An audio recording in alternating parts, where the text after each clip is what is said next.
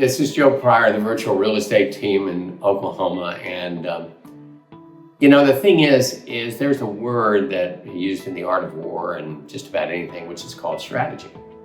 Even if it's on a personal level, what is your strategy for life? I mean, how do you see it unfolding? Where do you think you're going to be 20 years or 30 years, depending on what your age bracket is right now? And so strategy is absolutely crucial for anything that you put your money into. So, my job, my responsibility, and my passion is to help people build wealth through investing in real estate. And, there are certain strategies that we always use that are pretty standard. First of all is leverage.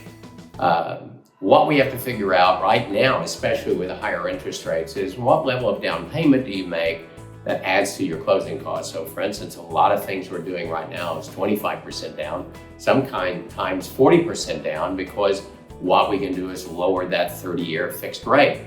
But again, the whole point of leverage is you're not worth $20 million that you just, that's just sitting there in the bank doing nothing. And so what you're trying to do is put 20 or 25% down at a time to get you, say, to 5 properties, and do that over a particular period of time. And again, that's all part of the strategy.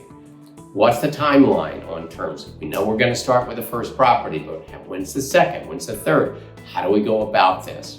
And the strategy is also, in terms of using that leverage, is so that if we have 1 vacancy out of 5, we still have, a loan that's being paid for because we have positive cash flow on the other 4. So these are strategies that we really talk about. The second thing is diversification.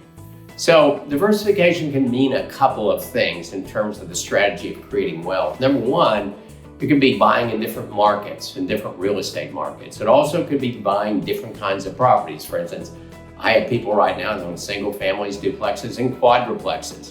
I have some people looking for small multifamily, like a 20-unit property. And so there's the diversification of the type of properties that we have, the price ranges, the areas. Everything can be very, very important in terms of using that as a strategy. Now, the other thing is a diversification can also mean, well, I don't want to invest 100% in real estate.